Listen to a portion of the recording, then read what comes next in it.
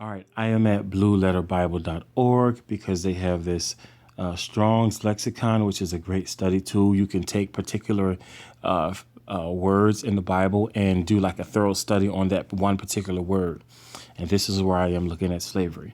So right here is the Hebrew word for slave. The transliteration is abed, and the pronunciation is aved in English.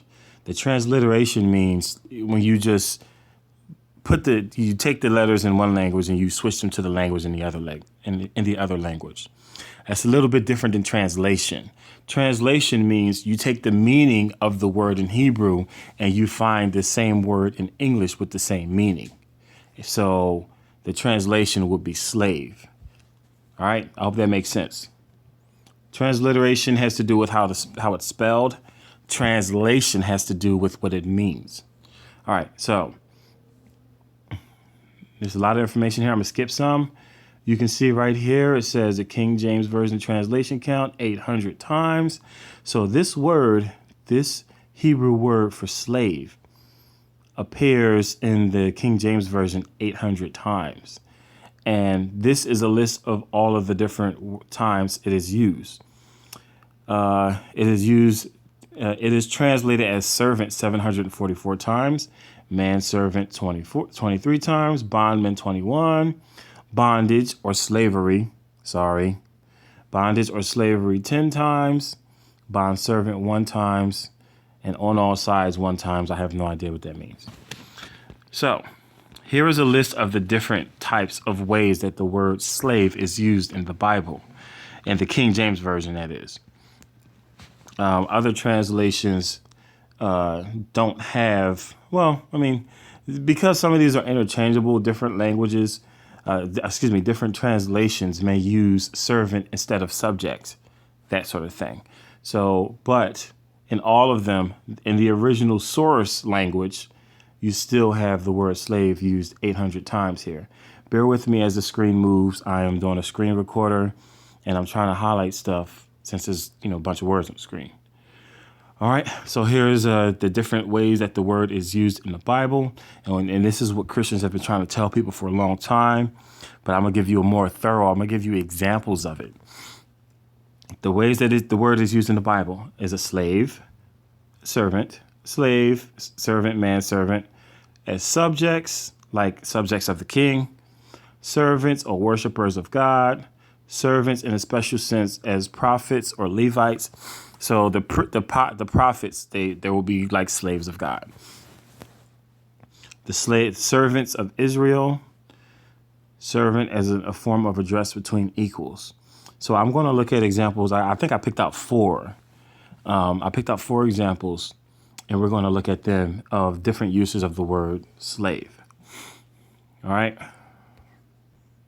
This study tool is cool because, as you can read here, Strong's number H5650 matches the Hebrew eved, which occurs 800 times in 714 verses in the Hebrew Concordance of the King James. Now, this is cool because this will give you every single verse that word appears.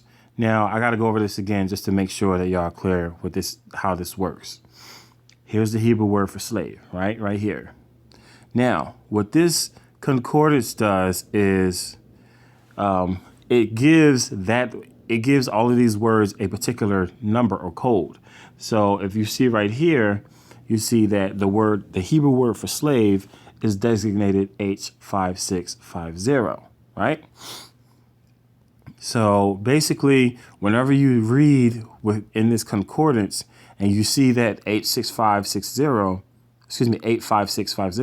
what that means is that the word before it, like here, the word servant, what it means is that in the Hebrew, it's actually that word slave. I don't know how to unhighlight that. So in Genesis 9:25, I'm going to read it. It says, "And he said, Cursed be Canaan, a servant of servants shall he be unto his brethren." So now, and that designation means that word servant, I don't know how to change it. Sorry. It says that that word servant is actually the word slave. That's why it says H5650. So anytime you are in a concordance and you see that H5650, that is in the Hebrew, it is the word slave. And they translate it in however they translate it, servant or subject or whatever. All right. So this is important because I'm going to use this to show you in the different definitions of the word and how they're used. You'll be able to identify it by that designation H5650. All right, so since the New Testament was written in Greek and not Hebrew, we have a different word for slave. In the New Testament, the word for slave is doulos, or well, it's this, and it's transliterated doulos, and it's pronounced doulos. All right, so it is the same word here. You're going to go down. Just like the word eved, it has a designation. The designation is G1401. And it is translated in the following manners listed here. All right. So now here's an outline of biblical usage in the New Testament of the word doulos, which means slave.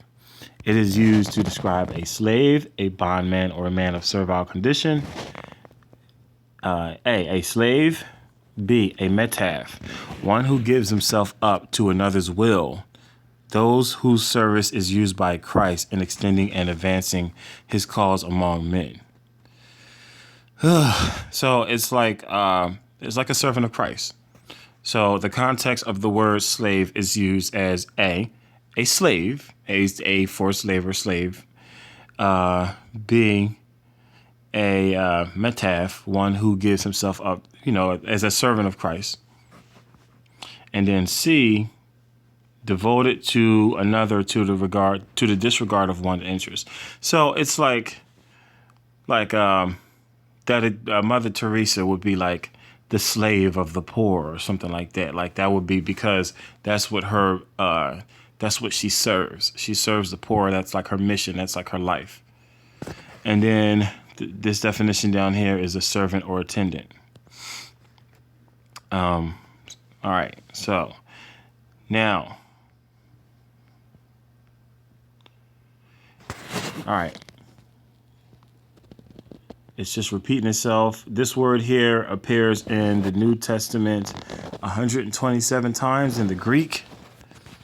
And just like the word eved, it gives you every single verse that the word appears. And it gives you the designation next to the word that it is translated into.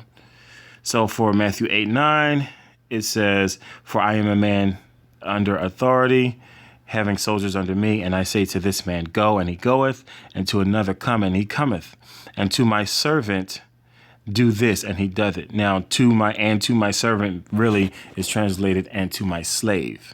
All right. So that is how it works. Just like the Old Testament is just a different designation because it's a different language.